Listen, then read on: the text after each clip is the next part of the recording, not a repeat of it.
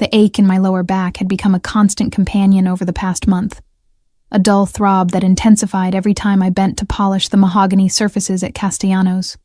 The restaurant's signature scent of aged wine, simmering garlic, and leather upholstery clung to my uniform, a stark reminder of the world I observed but could never truly belong to. I pressed my palm against the small of my back, feeling the familiar twinge as I straightened from wiping down yet another table in the private dining section. The metallic taste of exhaustion coated my tongue as I moved between the tables, my reflection catching in the gleaming surfaces of wine glasses and silver cutlery.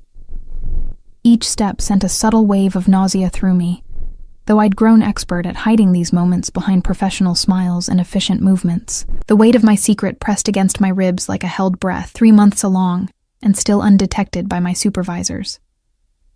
"Harper, table 12 needs attention," called James, the floor manager, his voice carrying that familiar edge of impatience that had grown sharper since the restaurant's recent acquisition by new ownership. His dark eyes followed my movements with the scrutiny of someone always looking for reasons to cut costs. The Vitelli party specifically requested our most experienced sommelier service. My hands stilled on the tablecloth I'd been adjusting. The name Vitelli carried weight in Chicago, whispered in the same reverent tones reserved for old money and older secrets. I'd heard fragments of conversations between the senior staff about the family's influence, their connections threading through the city's most exclusive establishments, like golden wire through expensive fabric. "I'm just wait staff," I reminded James, though my pulse quickened involuntarily. The irony wasn't lost on me that I possessed more wine knowledge than anyone else in this building, my palate trained through years of study that felt like a lifetime ago. Those credentials gathering dust in storage along with everything else from my previous life. "Tonight, you're whatever they need you to be," he replied curtly, already turning away. "Mr. Castellano wants everything perfect for this dinner. No mistakes, no delays, and definitely no reason for complaints." The weight of unspoken threats hung heavy in the air between us. I nodded, smoothing my black skirt and checking that my hair remained secured in its neat bun. The private dining room occupied the restaurant's most coveted space, with floor-to-ceiling windows offering a panoramic view of the Chicago skyline. Crystal chandeliers cast warm pools of light across intimate seating arrangements, each table a small theater for the city's elite. As I approached table 12, the soft murmur of conversation grew clearer, though the words remained indistinct. 3 men sat around the circular table, their expensive suits and confident postures marking them as individuals accustomed to having their preferences anticipated rather than requested.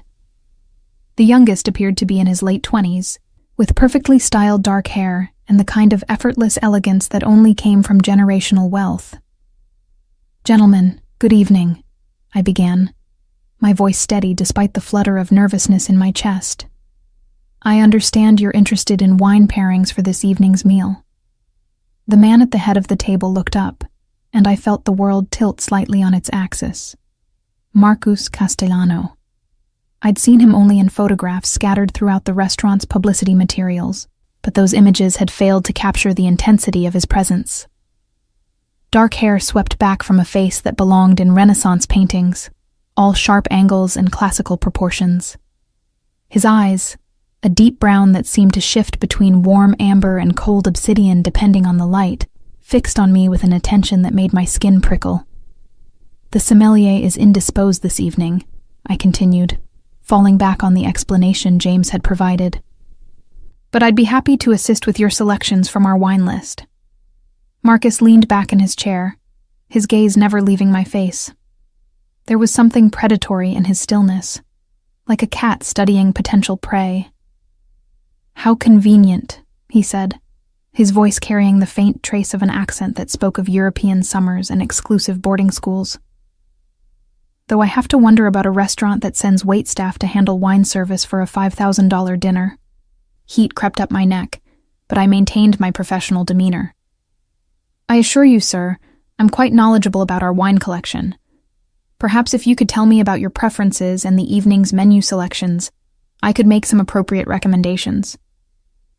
One of his companions, an older man with silver hair and watchful eyes, chuckled softly. Marcus, perhaps we should simply order something familiar. A good Chianti, maybe something from Tuscany. Chianti, Marcus repeated, his attention still focused on me with an intensity that made breathing difficult. From Tuscany. What would you recommend for someone with such pedestrian tastes, miss? Harper, I supplied, ignoring the condescension in his tone. And if you're looking for something from the Chianti region, I'd actually recommend against the 2018 Castello di Monsanto you're probably considering. While it's certainly adequate, the tannin structure is rather aggressive for this evening's menu. The 2016 Reserva from the same producer would be a far superior choice, with better integration and a finish that won't overpower the osso buco I noticed being prepared in the kitchen. The silence that followed my response stretched taut as a wire. Marcus's expression had shifted from amused condescension to something sharper, more focused. His companions exchanged glances, clearly aware they were witnessing something unexpected. Interesting, Marcus said slowly, his fingers drumming against the white tablecloth. Most waitstaff would have simply recommended our most expensive bottle and called it expertise. You seem to have actual opinions about wine structure and food pairing. Where did you study? The question hit like a physical blow, threatening to crack the careful facade I'd constructed. I read a lot, I managed, the half-truth bitter on my tongue. And I pay attention to what works well together. Do you? It wasn't a question, but a statement laden with skepticism and something else. Interest, perhaps even intrigue. Tell me, what would you pair with tonight's antipasto selection? We're starting with the crudo di ricotta, then moving to the burrata with induja. My mind automatically began cataloging flavor profiles and complementary elements, years of training taking over despite my current circumstances. For the crudo, something crisp with good acidity to complement the fish without overwhelming the delicate preparation. The Sancerre from Domaine Henri Bourgeois would be excellent. The citrus notes will enhance the crudo's brightness.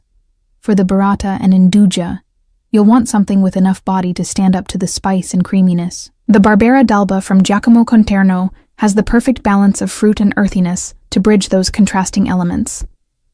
Marcus straightened in his chair, his full attention now locked on me like a spotlight. Those are both excellent choices, he said, and I caught the note of surprise in his voice. Specific producers, vintage considerations, flavor mapping. Either you're remarkably well-read for someone polishing tables, or you're significantly overqualified for your current position. The observation hung between us like a challenge, and I felt the first stirrings of genuine alarm. This was exactly the kind of attention I'd been working so hard to avoid. Questions about my background, interest in my qualifications, curiosity about how someone with my knowledge had ended up serving wine instead of selecting it for collectors and restaurants. I should get your wine selections to the sommelier, I said, taking a step back from the table. He'll want to approve the pairings before service. No. The word came out sharp, authoritative, brooking no argument. You'll handle our wine service tonight, all of it. I want to see what else you know. It wasn't a request, despite the polite phrasing. Marcus Castellano was clearly accustomed to having his preferences become reality through sheer force of will and undoubtedly extensive financial influence. The two men with him nodded their agreement, though I noticed they seemed more interested in observing the interaction than participating in the wine selection process. Sir, I'm not sure management would... Management will approve whatever I request, he interrupted smoothly.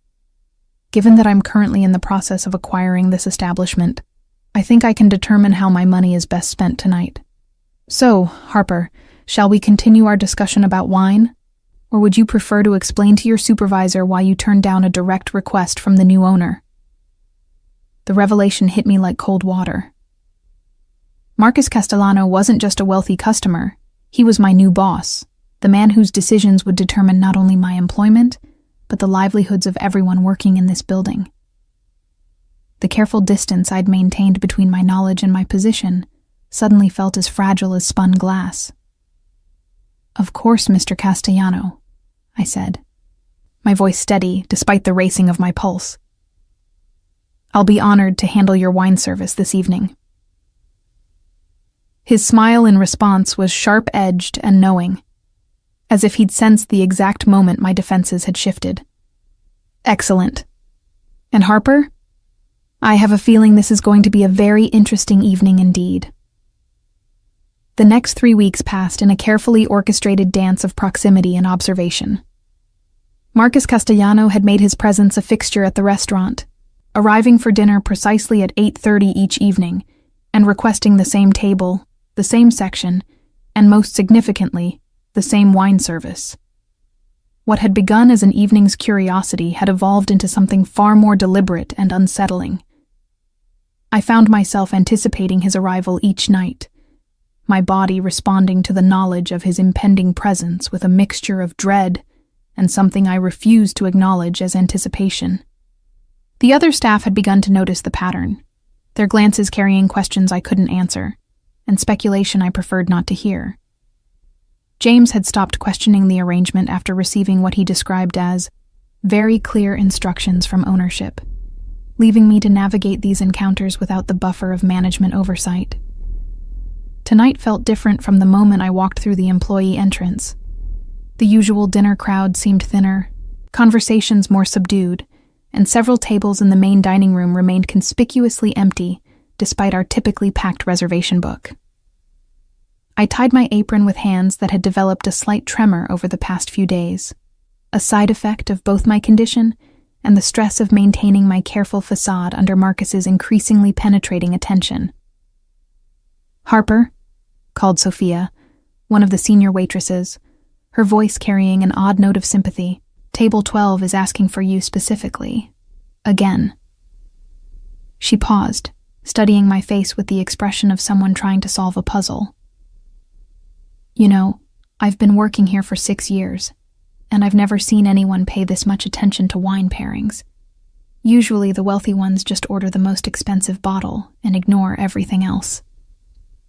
I smoothed my uniform skirt, checking that the loose fit still concealed the subtle changes in my silhouette. At 15 weeks, I was running out of time before my secret became impossible to hide. "He's very particular about his preferences," I said, the understatement feeling hollow even as I spoke it. "Particular," Sophia repeated, her tone suggesting she had other words in mind. "Just be careful, okay? Men like that, they don't develop interests without reason." Her warning followed me as I made my way to the private dining section, past tables filled with Chicago's elite conducting business, over perfectly prepared meals and wines, selected to complement both their palates and their status. The familiar scent of aged leather and expensive cologne grew stronger as I approached table 12, along with something else. The sharp, clean smell of authority and barely contained power. Marcus sat alone tonight, which was unusual. Typically, his dinners involved at least 2 other men. Serious conversations conducted in low voices about subjects I'd learned not to listen to too carefully. The solitude made him seem larger somehow, his presence expanding to fill the entire corner of the room.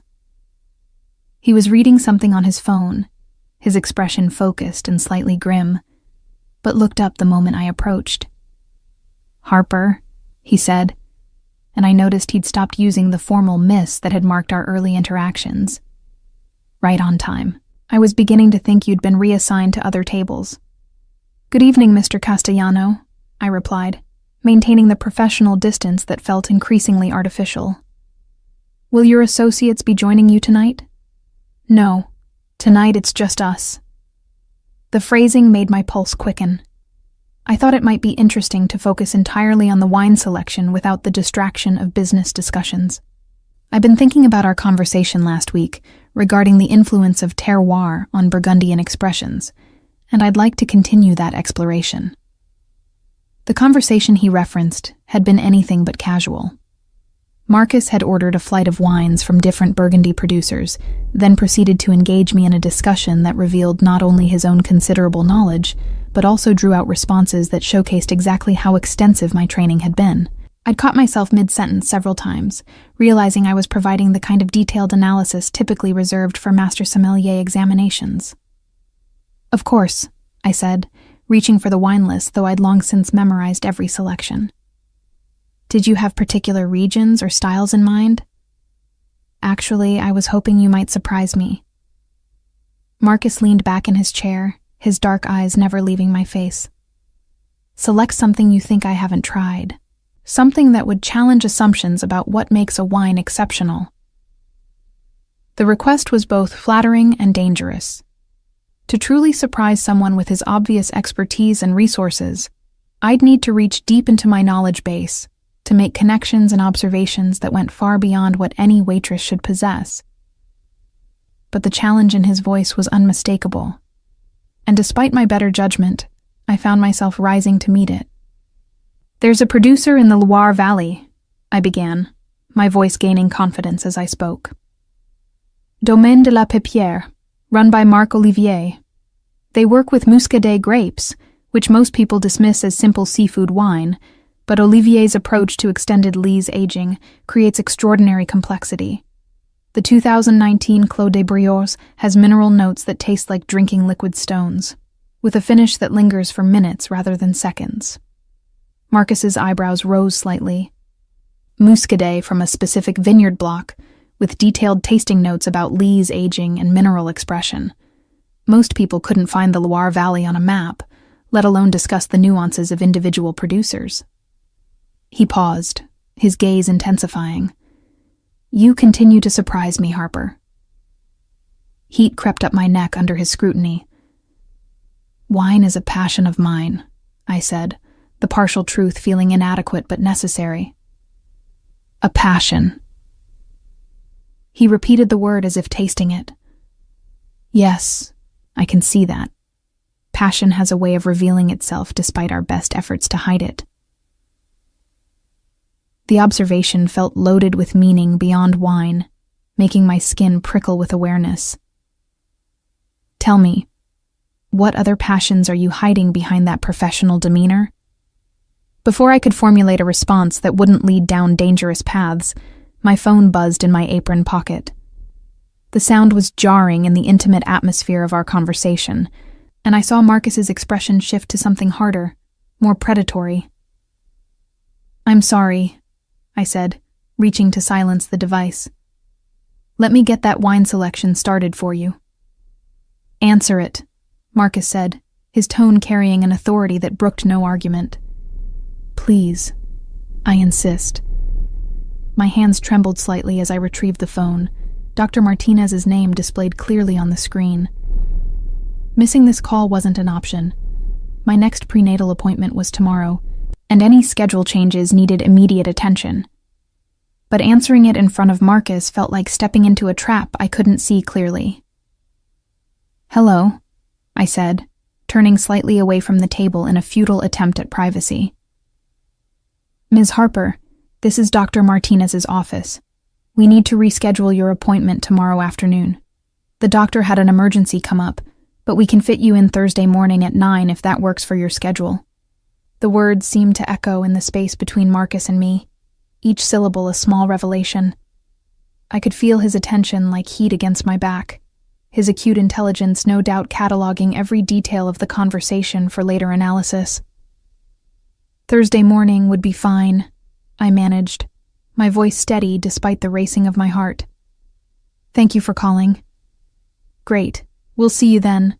And remember to bring your insurance information and the results from your blood work." I ended the call and turned back to Marcus, whose expression had shifted to something unreadable, but undeniably focused. The silence stretched between us like a taut wire, heavy with unspoken questions and dangerous implications. "Doctor's appointment?" he said finally, his voice neutral, but his eyes sharp with interest. "Nothing serious, I hope." "Routine checkup," I replied, the lie coming easier with practice. "Shall I get started on that wine selection?" But Marcus was no longer interested in wine. He leaned forward in his chair, his gaze traveling over my face with the intensity of someone solving a complex equation. "You know, Harper, I've been watching you for weeks now. The way you move, the way you think, the way you handle pressure. You're remarkably composed for someone working a service job, remarkably knowledgeable for someone without formal training, and remarkably careful for someone with nothing to hide." Each observation hit like a physical blow, and I felt my carefully constructed defenses beginning to crack under the weight of his attention. "I should really get that wine." "Sit down," Marcus said quietly, gesturing to the chair across from him. It wasn't a request, despite the polite phrasing. "I think it's time we had a more honest conversation." The command in his voice was unmistakable, backed by the kind of authority that came from owning not just this restaurant, but having the power to reshape my entire world with a phone call. I sank into the offered chair, my legs suddenly unsteady, and tried to prepare for whatever was coming next. "Now then," Marcus said, his smile sharp as a blade, "why don't you tell me what someone with your expertise in wine, your obvious education, and your careful attention to privacy is really doing serving tables in my restaurant?" The question hung between us like suspended judgment, and I felt the careful architecture of my new life beginning to crumble under the weight of Marcus's scrutiny. My hands found each other in my lap, fingers interlacing to hide their trembling as I searched for words that wouldn't complete my destruction. "I told you," I began, though my voice lacked conviction even to my own ears. "Wine is a hobby. I read extensively and—" "Harper." The single word cut through my explanation like a knife through silk. Marcus leaned forward, his elbows resting on the pristine white tablecloth, his dark eyes never leaving my face. "I've spent considerable time over the past 3 weeks researching wine education programs, sommelier certifications, and professional tastings in this city. I've also made some inquiries about exceptional candidates who might have disappeared from the industry recently." My breath caught in my throat. The implication of his words settled over me like ice water, and I felt the last vestiges of my anonymity slipping away like sand through desperate fingers. 3 weeks ago, you identified a specific vineyard block in the Loire Valley and discussed extended lees aging techniques with the precision of someone who spent years studying enology. Last week, you correctly identified the vintage of a Barolo by smell alone and provided tasting notes that matched sommelier-level assessments I found in Wine Spectator. Tonight, you're receiving calls from what sounds like a medical office, and you're clearly taking great care to hide something about your personal circumstances. Each point he made felt like another nail in the coffin of my carefully constructed fiction. I wanted to stand, to excuse myself, to run back to the safety of anonymity I'd worked so hard to build. But Marcus's presence held me in place like gravity, inescapable and absolute. "So let me ask you again," he continued, his voice dropping to something barely above a whisper, but somehow more commanding than any shout. "What is someone with your qualifications doing hiding behind a waitress uniform in my restaurant?" The silence stretched taut between us, filled with the soft clink of glassware and distant conversation from other tables. I could feel my pulse in my throat, could hear the subtle rasp of my own breathing in the space between his question and my inevitable answer. "I needed a job," I said finally, the words coming out smaller than I'd intended. "Something quiet? Something that wouldn't draw attention?" "Attention from whom?" The question came swift and sharp, confirming that Marcus had caught the implication immediately. I closed my eyes for a moment, feeling the weight of months of careful planning crashing down around me. When I opened them again, Marcus was watching me with an expression that combined predatory interest with something that might have been understanding. "Someone who would prefer I remained invisible," I said, each word chosen with the precision of someone navigating a minefield. Someone whose influence extends far enough that traditional employment in my field became complicated. Marcus's expression shifted, his features hardening into something colder, more calculating. Someone with that kind of reach would have to be very powerful indeed. Government, perhaps? Or... He paused, his gaze sharpening. Someone in my line of work. The recognition in his voice sent fear coursing through my veins like liquid electricity. Marcus Castellano wasn't just wealthy or influential. The whispered conversations I'd overheard, the deference shown by staff and patrons alike, the casual way he'd mentioned acquiring the restaurant, all pointed to connections that operated in shadows and margins where traditional rules didn't apply. "I can't discuss it," I said, my voice barely audible. "I won't discuss it." "Can't or won't?" Marcus asked, though his tone suggested he already knew the answer. "There's an important distinction there, Harper. Can't suggests external pressure, threats, fear for your safety. Won't implies choice, loyalty, protection of someone else." He studied my face with the intensity of someone reading a complex text. "Based on your body language, I'd say we're dealing with can't, which raises very interesting questions about who has you so thoroughly frightened." I wanted to deny his assessment, to maintain some pretense of control over my situation, but the accuracy of his observation left me speechless. Marcus had read me like an open book, had seen through months of careful performance to the truth I'd been desperate to hide. "You're pregnant," he said suddenly, the statement delivered with such certainty that I felt my carefully maintained composure finally shatter completely. "What?" The word came out as barely more than a breath. "The medical appointments, the careful way you move, the subtle changes in your posture over the past few weeks." Marcus's voice carried no judgment, only clinical observation. 15, maybe 16 weeks based on the timing of when I first noticed the adjustments, which means you were already pregnant when you started working here, already hiding from whoever sent you into this careful invisibility. Tears burned behind my eyes, though I refused to let them fall. 3 months of careful planning, of building a new identity from nothing, of creating space for myself and my child to exist safely.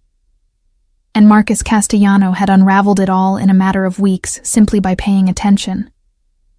"Please," I whispered, the word carrying all my desperation and fear. "I just need this job. I need to stay invisible for a little while longer."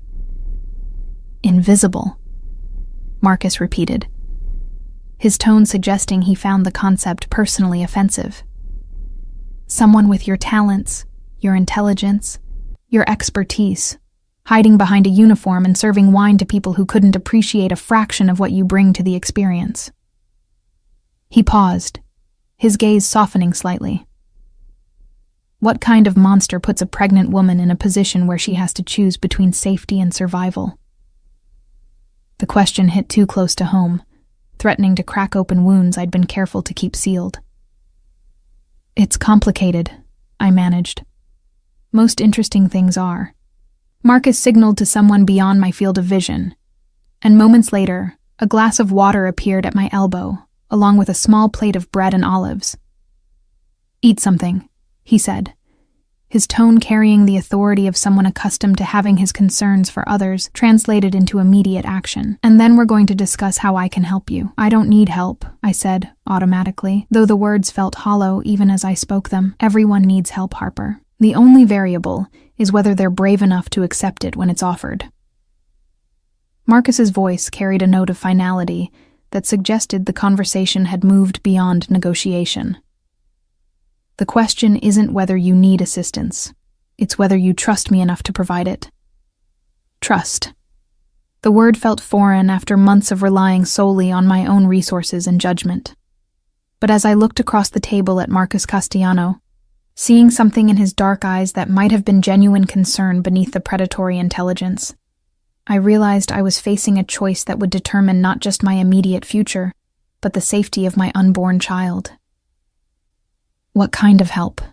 I asked, my voice barely above a whisper.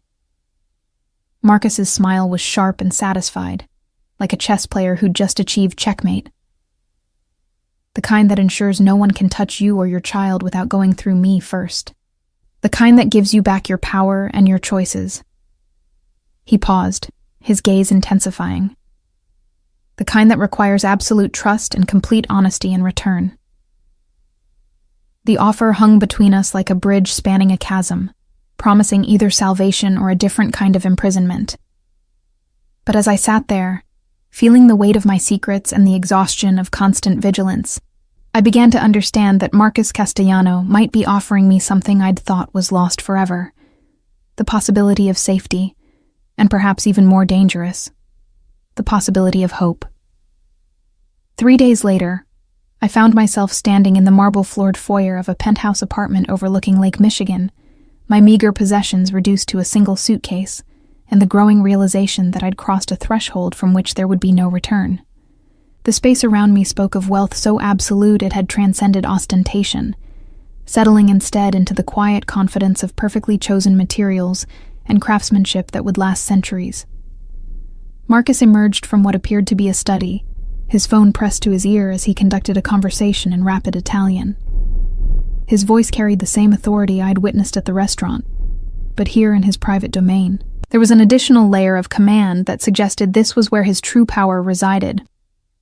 He gestured for me to sit on a leather sofa that probably cost more than I'd earned in the past 6 months, finishing his call with what sounded like very clear instructions about surveillance and territory. "Feeling overwhelmed?" he asked, sliding the phone into his jacket pocket and settling into the chair across from me. The question was posed casually, but his dark eyes missed nothing as they catalogued my reaction to my new surroundings.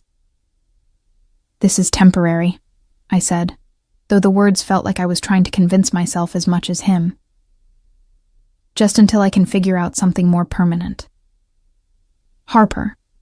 Marcus's voice carried that familiar note of amused patience. "We've discussed this. Temporary solutions don't address the fundamental problem of someone with enough reach to force you into hiding. Whoever you're running from isn't going to simply lose interest because you've changed apartments." The truth of his observation settled into my chest like a weight. Over the past 3 days, Marcus had demonstrated exactly how thorough his own resources could be. Within hours of our conversation at the restaurant, he'd arranged for my belongings to be moved from my cramped studio apartment, had somehow expedited a leave of absence from work that wouldn't raise questions, and had provided me with a level of security that made my previous attempts at anonymity look childishly inadequate. "You still haven't told me exactly what this arrangement entails," I said, my hands unconsciously moving to rest on my abdomen, where the subtle curve of pregnancy was becoming impossible to ignore. "What you expect in return for all this. Generosity." Marcus followed the gesture, his expression softening in a way that seemed genuine rather than calculated. "What I expect," he said slowly, "is honesty. Complete transparency about who you're hiding from and why. Full disclosure about any threats or complications that might affect your safety or that of your child." He paused, his gaze sharpening. "And trust that I'm capable of handling whatever situation drove you to take a waitressing job under an assumed name." The last point hit like a physical blow. "How did you—" Olivia Harper is a very talented sommelier who graduated from the Culinary Institute of America 3 years ago with exceptional credentials. Marcus's voice carried no accusation, only statement of fact. She completed advanced certifications in French and Italian wine regions, worked briefly at several prestigious establishments in New York, and then disappeared from the industry entirely about 8 months ago. He leaned forward, his elbows resting on his knees.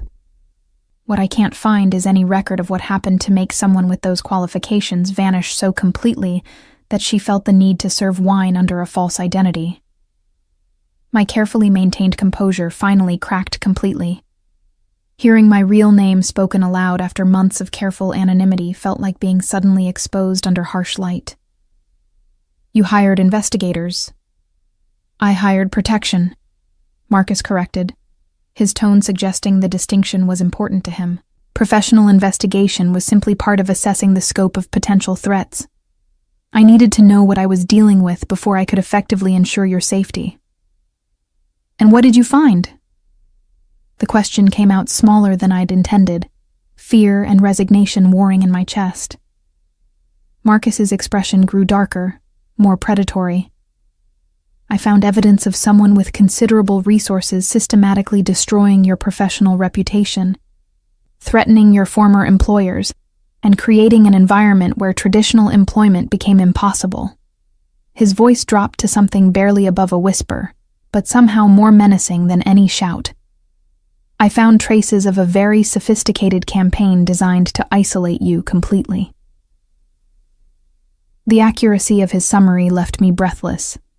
For months, I'd lived with the weight of that systematic destruction, watching helplessly as doors closed and opportunities evaporated, until hiding seemed like the only viable option. Vincent Torino, I said, the name feeling like broken glass in my mouth. My former mentor, my former. I trailed off, unable to complete the sentence. The father of your child, Marcus finished, his voice carrying no judgment but considerable interest.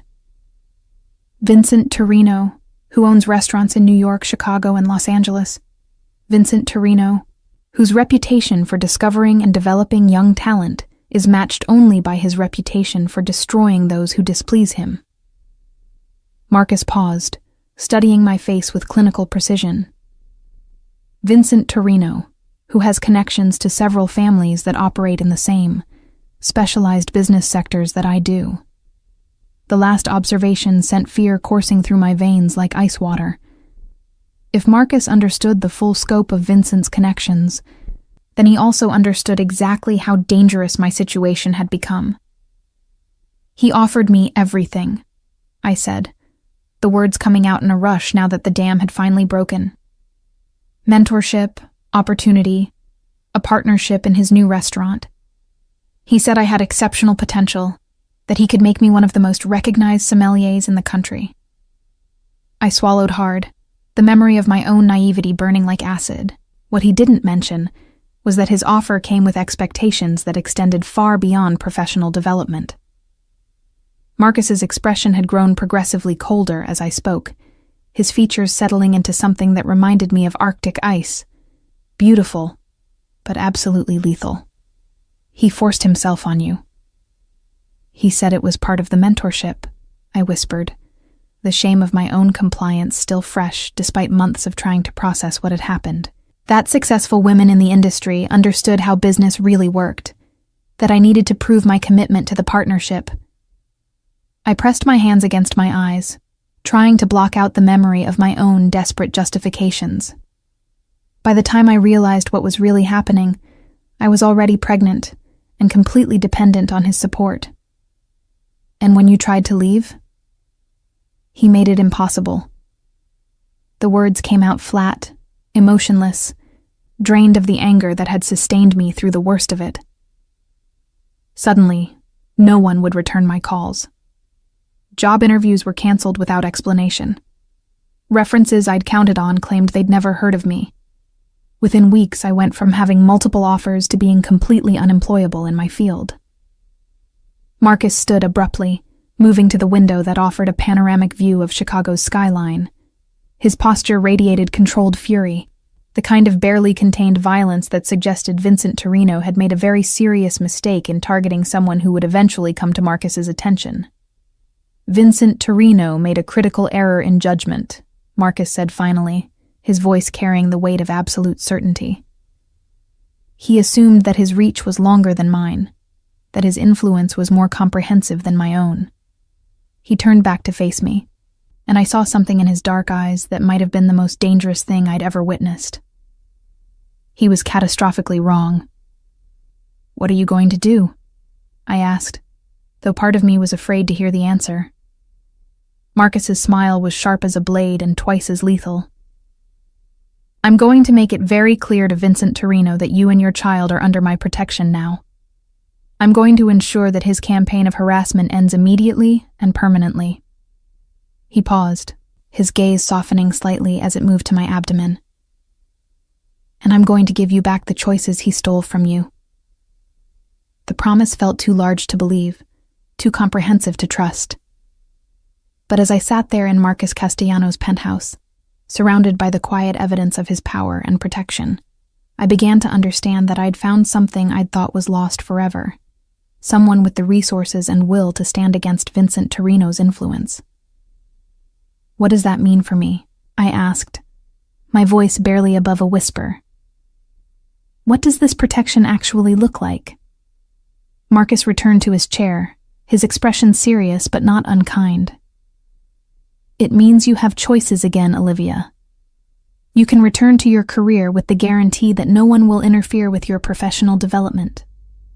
You can raise your child with the security of knowing that threats and harassment are things of the past." He paused, his dark eyes searching my face. "Or you can stay here, with me, and discover what it means to be truly protected by someone who values what you bring to the world." The offer hung between us like a bridge to an entirely new life, promising safety, but also a different kind of dependency. As I looked at Marcus Castellano, seeing the genuine care beneath his predatory intelligence, I realized I was facing the most important choice of my life. The choice between independence and protection, between solitude and a connection that might be more dangerous than anything I was running from. 6 weeks had passed since I'd moved into Marcus's penthouse, and I was beginning to understand that protection came with its own form of captivity. The apartment had become a gilded cage, beautiful and secure, but increasingly suffocating as my pregnancy progressed, and my world shrank to the boundaries Marcus deemed safe. I'd gained 20 pounds, and lost most of my illusions about the simplicity of accepting help from a man whose business operated in shadows and moral ambiguity.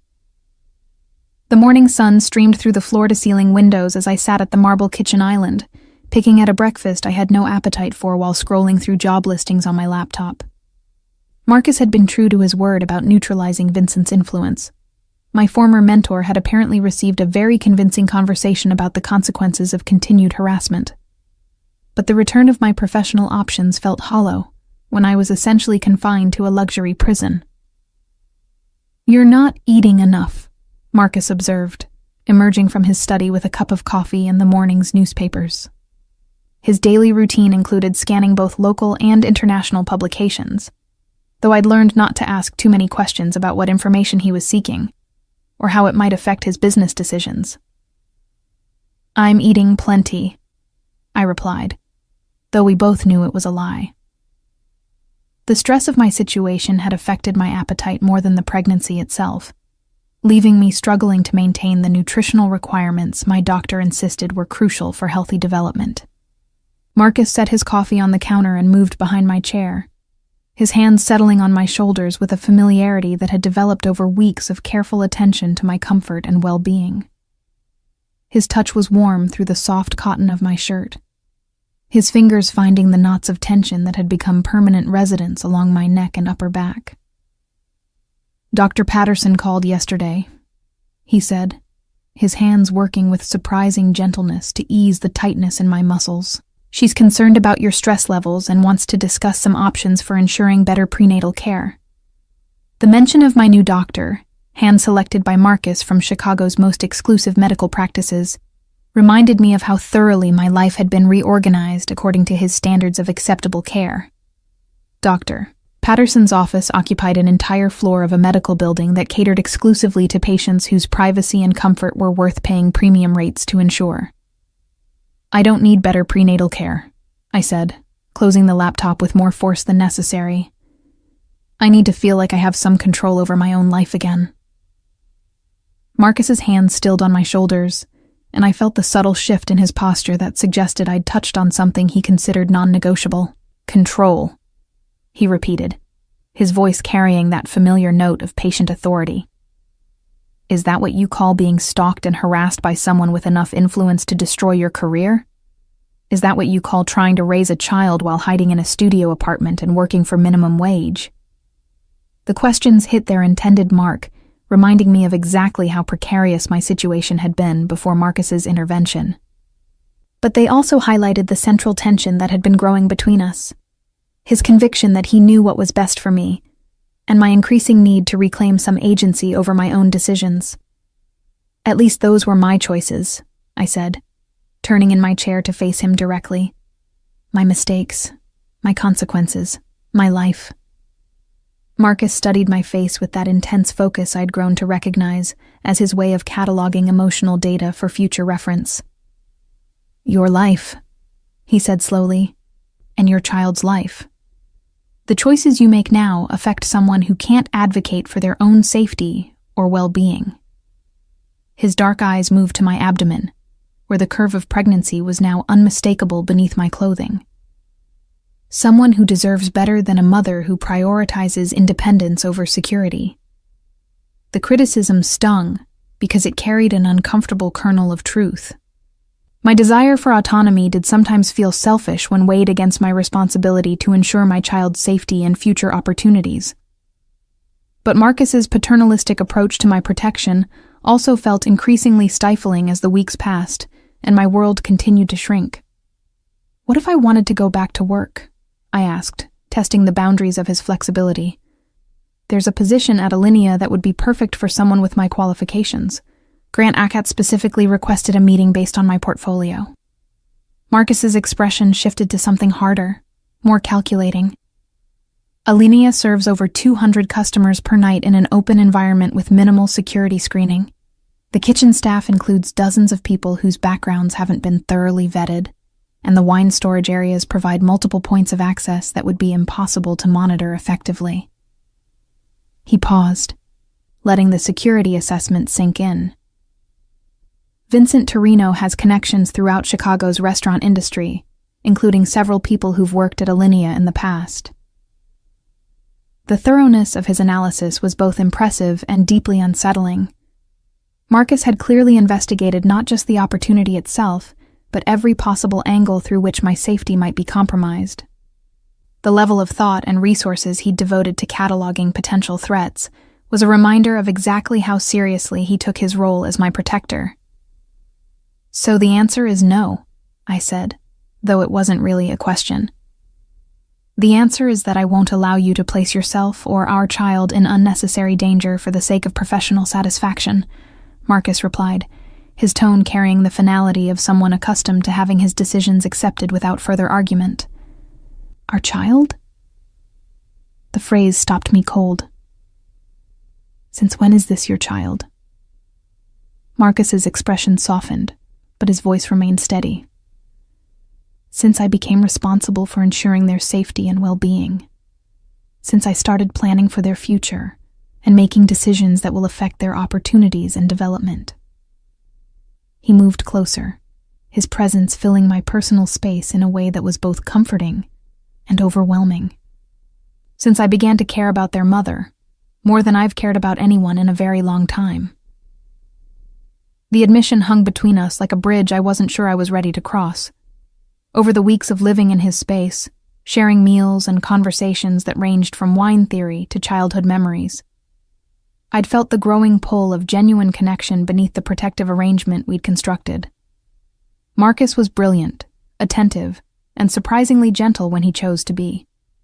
He was also controlling, dangerous, and accustomed to solving problems through methods I preferred not to examine too closely.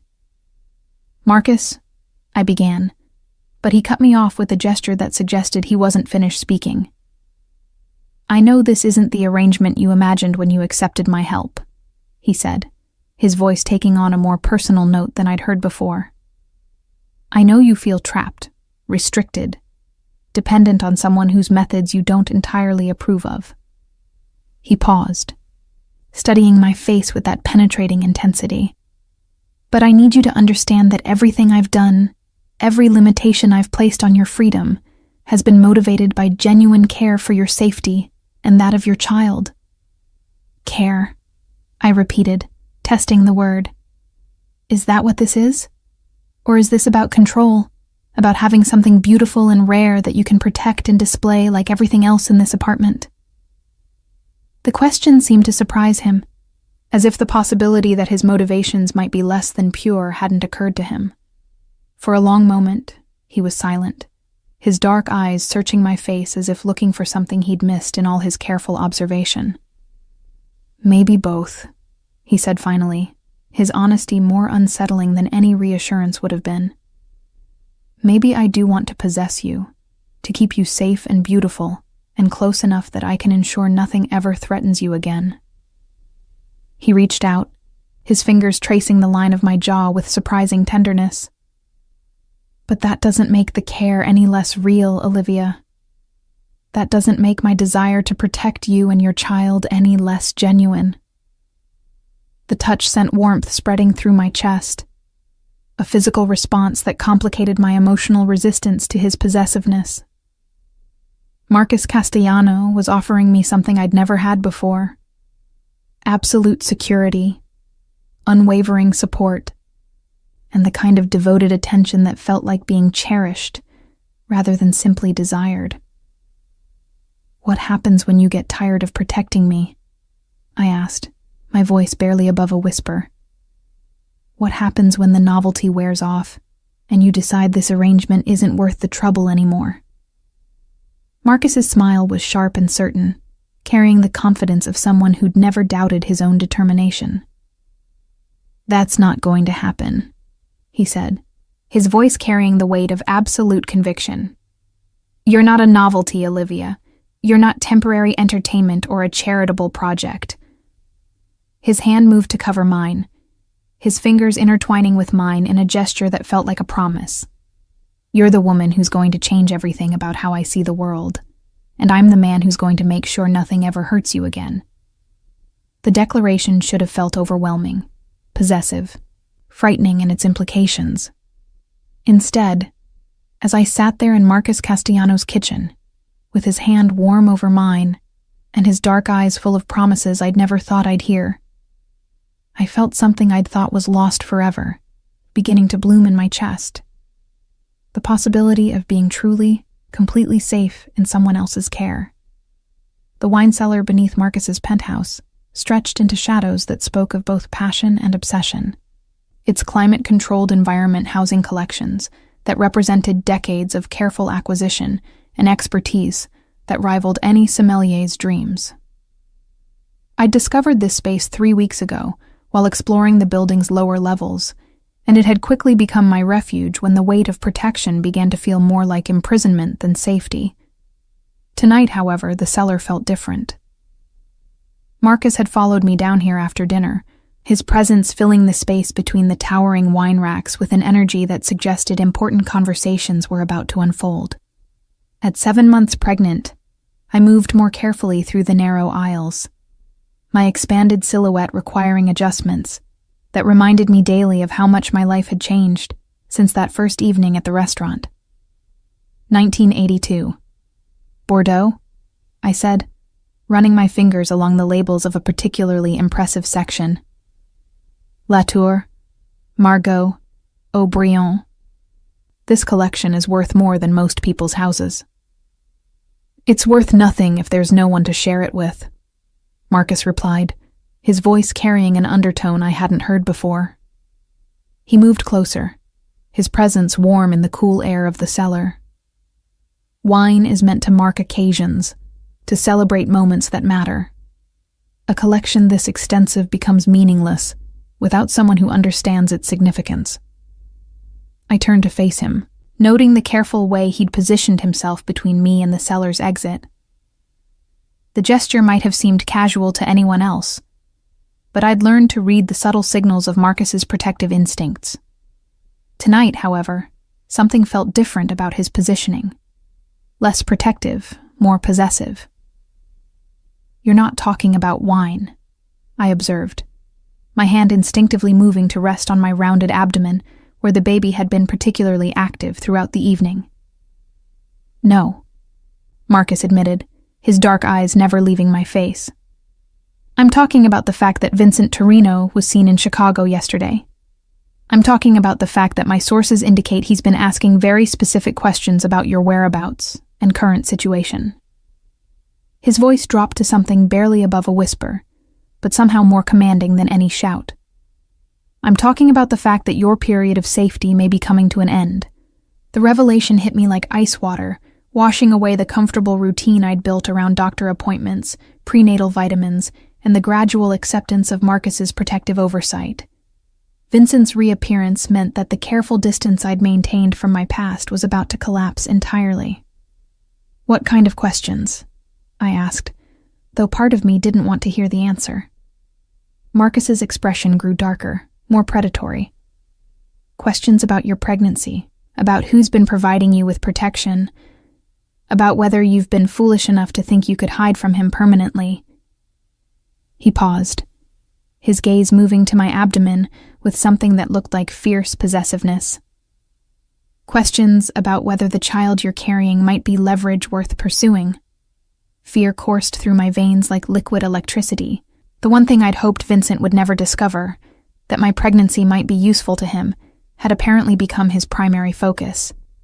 The implications of his interest sent nausea rolling through my stomach in waves that had nothing to do with my condition. "He can't touch me here," I said, though the words felt hollow even as I spoke them. "Your security, the building's protocols, are excellent for deterring casual threats," Marcus interrupted. "But Vincent Torino isn't casual about anything, and he has resources that rival my own in some areas." His hands found my shoulders, his touch gentle but his grip firm enough to ensure I couldn't look away from what he was about to tell me. "More importantly, he has something I don't. The absolute certainty that he has a legal claim to both you and your child." The words hit me like a physical blow. "What are you talking about?" Marcus's expression grew grim, the look of someone delivering news that would shatter carefully constructed illusions. "Vincent has been building a case that you're mentally unstable, that you fled New York in a state of psychological crisis that makes you unfit to care for a child. He's prepared to petition for custody based on your abandonment of your career, your inability to maintain stable employment, and your current dependence on a man he'll characterize as dangerous and unstable." Each point of Vincent's strategy felt like another nail in the coffin of my autonomy. The systematic way he'd destroyed my professional reputation suddenly made perfect sense, not just as punishment for leaving him, but as preparation for a custody battle that would give him complete control over both my child and my future. "He can't do that," I whispered, though my voice lacked conviction. "He can try," Marcus replied grimly, and with his connections in family court, his documented attempts to help you professionally, and his ability to present himself as a stable, successful father figure, he might succeed. His hands tightened slightly on my shoulders. "Unless you have someone equally powerful willing to stand with you, someone whose resources and influence can match his own." The implication hung between us like a bridge to a future I wasn't sure I was prepared to cross. Marcus was offering me more than protection now.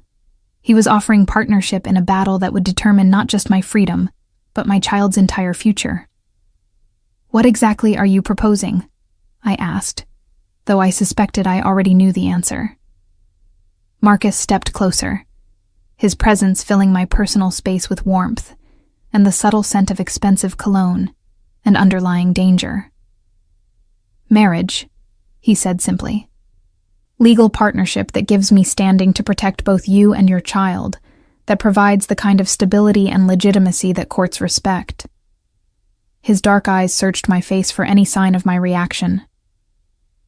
"A union that makes it very clear to Vincent Torino that pursuing you means going through me." The proposal should have felt overwhelming, rushed, like a solution that created more problems than it solved. Instead, as I stood there in Marcus's wine cellar, surrounded by treasures accumulated over years of patient dedication, I found myself considering the offer with something approaching relief. "You're asking me to marry you to spite Vincent Torino," I said, testing the boundaries of his motivation. "I'm asking you to marry me because I've spent the past 4 months falling in love with your intelligence, your strength, your refusal to be broken by someone who tried to destroy you completely." Marcus's voice carried a sincerity that seemed to surprise even him. "I'm asking you to marry me because the thought of Vincent Torino having any claim to you or your child makes me want to burn down everything he's ever built." His hand moved to cover mine where it rested on my abdomen. "I'm asking you to marry me because I want to give your child my name, my protection, and every advantage my resources can provide." The declaration hung between us like a promise and a threat simultaneously. Marriage to Marcus Castellano would solve the immediate problem of Vincent's legal maneuvering, but it would also bind me permanently to a man whose business operated in shadows and whose methods of problem-solving I preferred not to examine too closely. "And what do you get out of this arrangement?" I asked, needing to understand the full scope of what he was offering. Marcus's smile was sharp and possessive, carrying the satisfaction of someone who'd finally identified what he wanted most in the world. "I get you," he said simply. "I get to wake up every morning knowing that you're safe, that your child is protected, that no one can ever again make you feel small or frightened or alone." His thumb traced across my knuckles with surprising gentleness.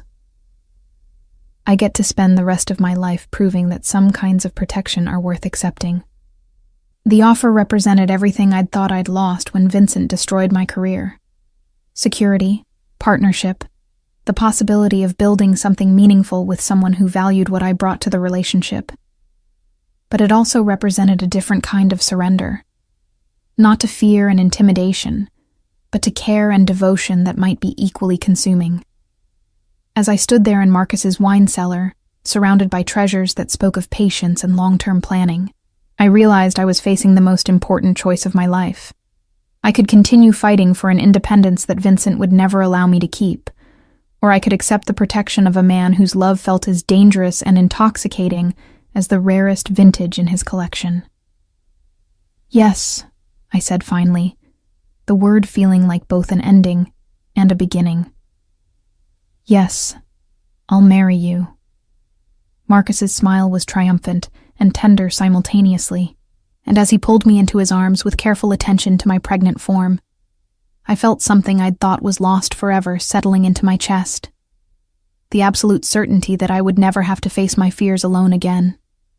3 months later, I stood in the kitchen of our penthouse, our home now, legally and emotionally, watching Marcus prepare breakfast while our daughter slept peacefully in her bassinet nearby.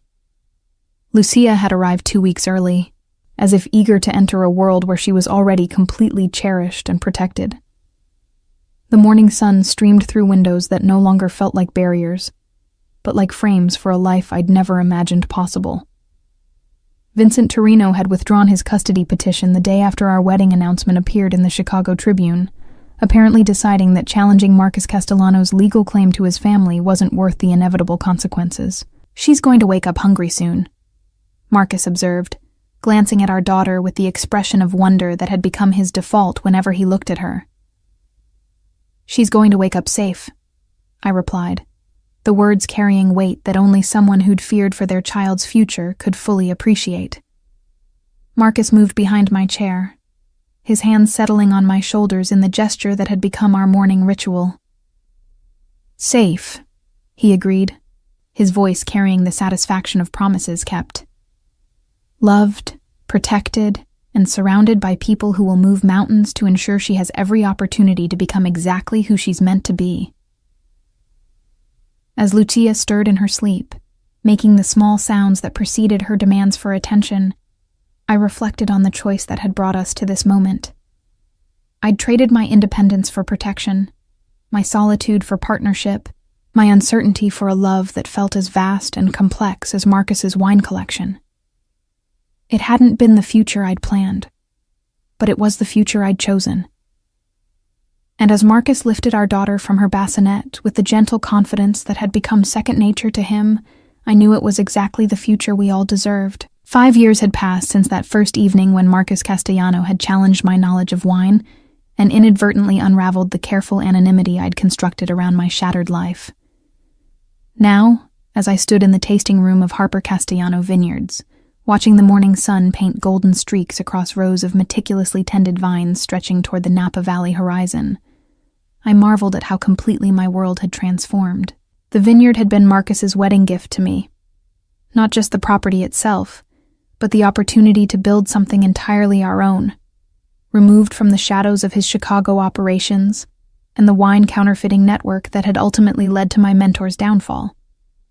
What had begun as a gesture of love had evolved into something far more significant. A legitimate empire that showcased everything I'd learned about wine, while providing Marcus with the kind of clean, respectable business he'd never imagined wanting. "Mama, the grapes are turning purple." Lucia's voice carried across the tasting room as she pressed her face against the floor-to-ceiling windows, her breath fogging the glass as she watched the harvest crews moving through the vineyard with practiced efficiency. At 4 years old, she possessed an uncanny ability to identify the subtle changes that marked each stage of the growing season, as if her palate had inherited my sensitivity to the nuances that made great wine possible. "That means they're almost ready," I replied, moving to stand beside her and placing my hand on her dark hair, so like her father's in color and texture, but with my stubborn cowlick that refused to be tamed. "In a few more weeks, we'll pick them and begin the process of turning them into wine." "Like the bottles in Daddy's special room?" she asked, referring to the climate-controlled cellar Marcus had constructed beneath our house, where he'd relocated the most precious portions of his Chicago collection. "Exactly like those," I confirmed, though I knew it would be years before the wines we were producing here would achieve the complexity and value of the vintages Marcus had spent decades acquiring. Still, early reviews from wine critics had been promising, and our small-batch releases were developing the kind of following that suggested Harper Castellano might eventually earn a place among Napa's most respected producers. The sound of footsteps on the hardwood floors announced Marcus's arrival, though I'd sensed his presence before he entered the room. After 5 years of marriage, I'd developed an acute awareness of his movements and moods, just as he'd learned to read the subtle signals that indicated my thoughts and concerns. The connection between us had deepened far beyond the protective arrangement that had brought us together, evolving into something that felt as essential as breathing. "The FBI wants to schedule a final deposition," he said, his voice carrying the careful neutrality he used when discussing anything related to his former life.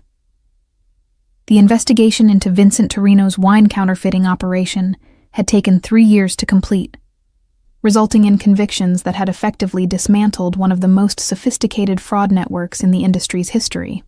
Marcus's cooperation with federal prosecutors had been comprehensive and devastating, providing evidence that had led to prison sentences for dozens of people involved in the scheme. "When?" I asked, though I'd been expecting this moment for months. The legal proceedings were finally reaching their conclusion, marking the end of our connection to the events that had brought us together. "Next week in San Francisco. Agent Rodriguez says it should be the last time they need either of us to testify." Marcus moved to stand beside me at the window, his hand finding the small of my back in the gesture that had become our routine whenever he sensed my anxiety about revisiting the past.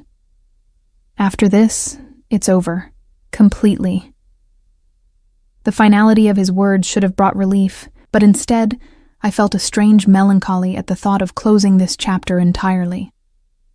The investigation had served as a bridge between our old lives and our new reality, a reminder of how far we'd traveled from that evening in Castellano's restaurant, when I'd been hiding behind a false identity, and he'd been running a criminal empire.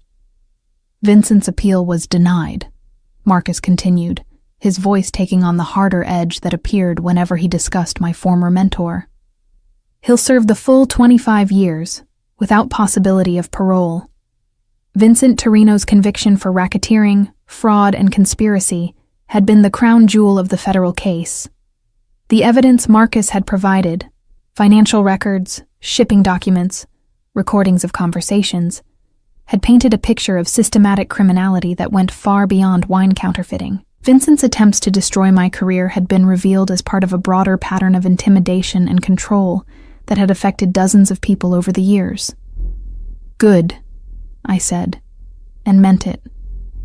The fear that had driven me into hiding had long since transformed into something approaching pity for a man whose need for control had ultimately destroyed everything he'd built.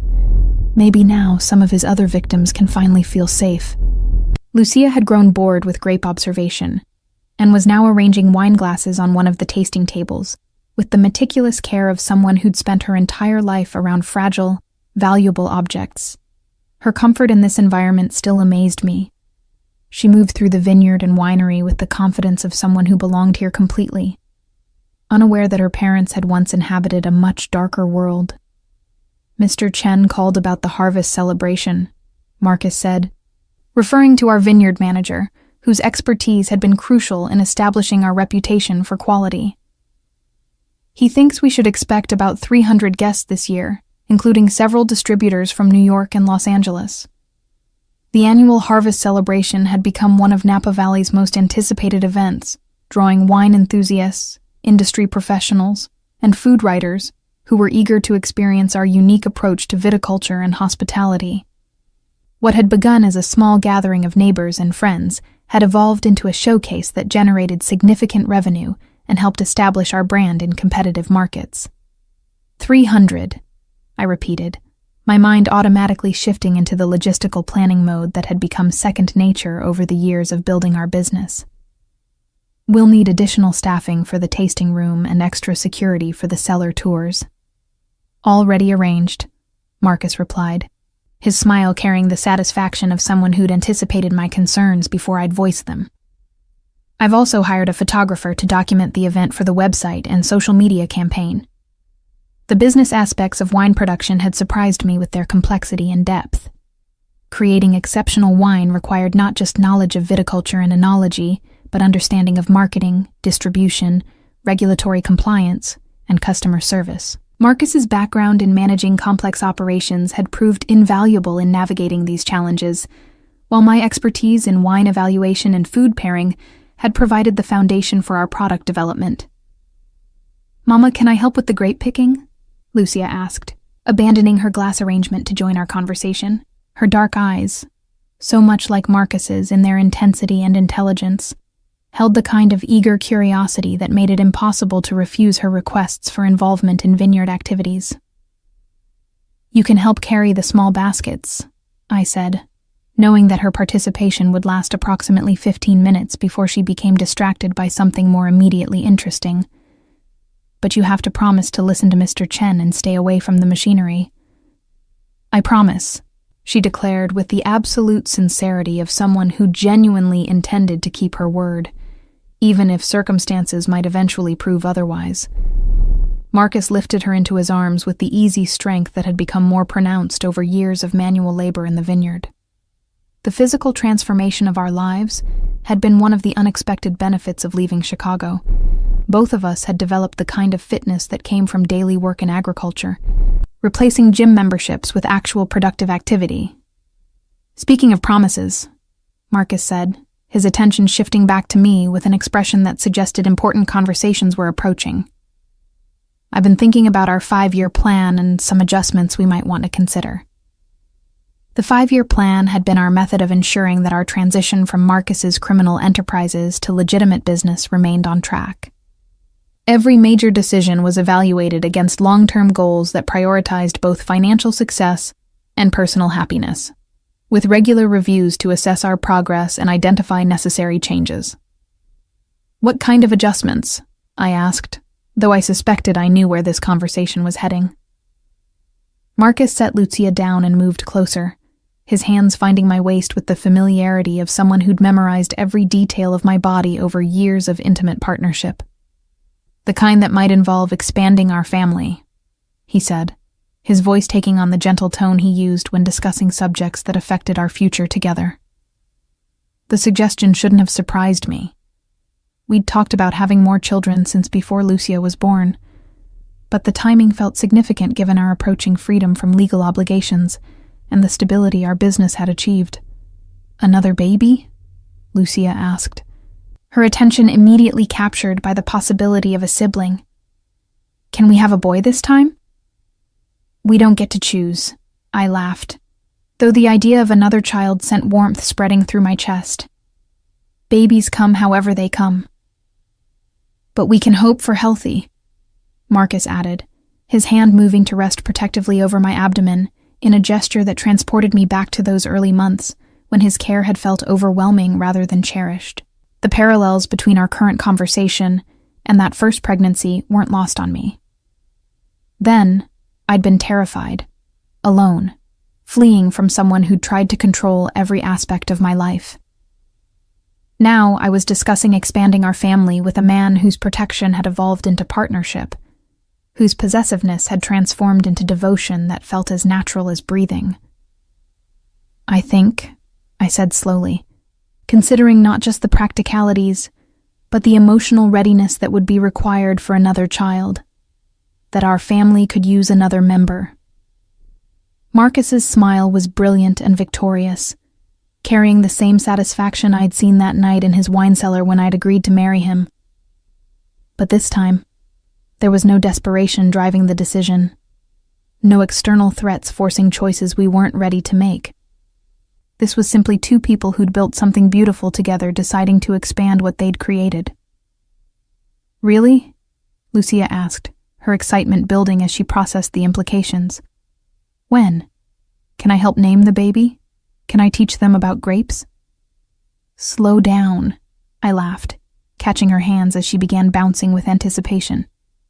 First we have to make a baby, then we have to wait 9 months for them to arrive, and then you can teach them everything you know about the vineyard. The afternoon sun was beginning to slant lower across the valley, painting the landscape in the golden tones that made this area famous among photographers and artists. The harvest crews had finished their work for the day, leaving the vineyard quiet, except for the distant sound of equipment being cleaned and stored for tomorrow's activities. I need to check on the fermentation tanks, Marcus said, though his reluctance to leave our family conversation was evident in his tone.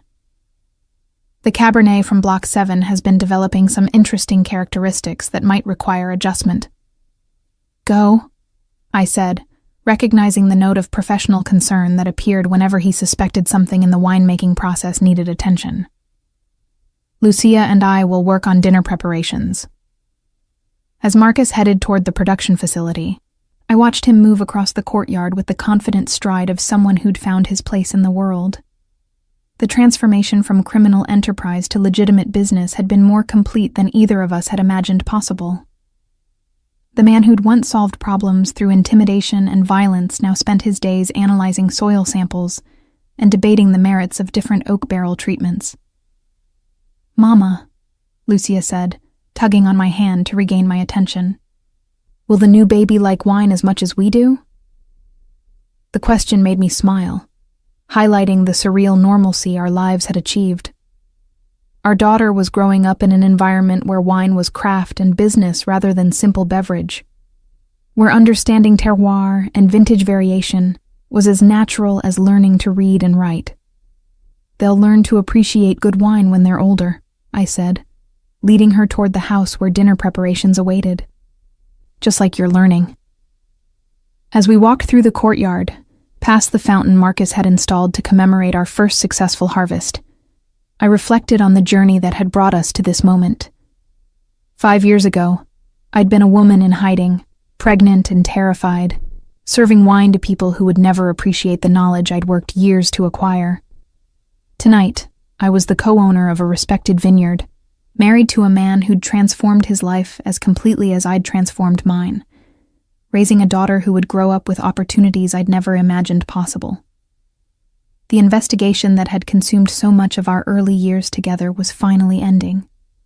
Vincent Torino was in prison where he could never again hurt anyone, and our business was thriving beyond our most optimistic projections.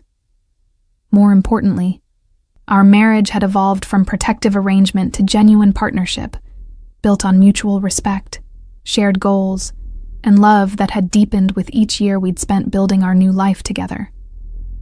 As I helped Lucia wash grapes for our evening snack, fruit from our own vines, grown in soil we'd cultivated and improved, I thought about the choices that had led us here. Every decision, from accepting Marcus's initial protection to agreeing to marry him to leaving Chicago for California, had required faith in possibilities I couldn't fully envision at the time. Now, as the sun set over Harper Castellano vineyards, and my husband returned from the production facility with dirt under his fingernails and satisfaction in his eyes, I understood that the best wines and the best lives required patience, attention, and willingness to trust in processes that couldn't be rushed or controlled. We'd taken the raw materials of our damaged past and transformed them into something rich, complex, and worth preserving. Like the vintages aging in our cellars, Our love had required time to develop its full potential, but the result was something that would only improve with age. "The Cabernet is going to be exceptional," Marcus announced as he joined us in the kitchen, his excitement about the winemaking process still fresh after years of learning and refinement. "Chen thinks it might be our best vintage yet." "High praise from someone who's worked with the best producers in the valley," I replied, feeling the pride that came from creating something genuinely excellent through dedication and expertise. As we prepared dinner together, Marcus handling the proteins while I selected wines to complement the meal, Lucia setting the table with the careful attention to detail that reflected her upbringing in an environment where presentation mattered. I realized this was exactly the life I'd dreamed of during those dark months when the future had seemed impossible to navigate. We were no longer running from the past or hiding from threats we couldn't control. We were building something lasting, creating legacy that would benefit not just our family, but the broader community of people who appreciated exceptional wine and genuine hospitality. The evening stretched ahead of us, filled with the simple pleasures of good food, great wine, and conversation that ranged from harvest projections to Lucia's progress in preschool to plans for our next family vacation. These were the moments that had replaced the adrenaline-fueled drama of our early relationship. Quieter, deeper, infinitely more satisfying. As I watched Marcus pour glasses of our 2019 Estate Pinot Noir, the wine that had earned our first major critical recognition, I thought about the complexity that great vintages required. The best wines were never simple or one-dimensional. They revealed different characteristics as they developed, offering new discoveries with each tasting, improving year after year until they reached their perfect moment of maturity. Our marriage had followed a similar trajectory, beginning with intense circumstances that had masked the subtler qualities that would prove most important over time. What had started as protective arrangement had revealed layers of compatibility, shared values, and genuine affection that continued to surprise us both. "To our family," Marcus said, raising his glass in the evening toast that had become our tradition. "To the choices that brought us together and the future we're building." "To second chances," I added, thinking of all the ways our lives had been transformed by the willingness to trust in possibilities that had seemed impossible. "And to love, that gets better with age." As we touched glasses and shared the wine we'd created together, I felt the profound satisfaction that came from knowing we'd taken the worst chapters of our individual stories and transformed them into the foundation for something beautiful. The investigation was ending. Our business was thriving. Our daughter was happy and healthy. And we were planning to expand our family from a position of strength rather than fear. This was our vintage year. The moment when everything we'd worked for had reached its perfect maturity, ready to be savored and celebrated. And like the finest wines in our collection, I knew our love would only continue to improve with time, developing new depths and complexities that would surprise and delight us for decades to come. The future stretched ahead of us, unwritten but no longer uncertain, filled with harvests yet to come and wines yet to be crafted, children yet to be raised and memories yet to be made.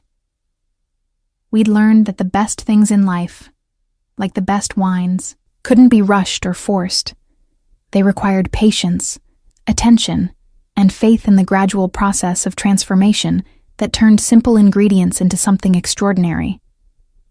As the last light faded from the Napa Valley sky and our family settled into the comfortable rhythms of evening, I knew with absolute certainty that we'd found our place in the world. Not just geographically, but emotionally and spiritually.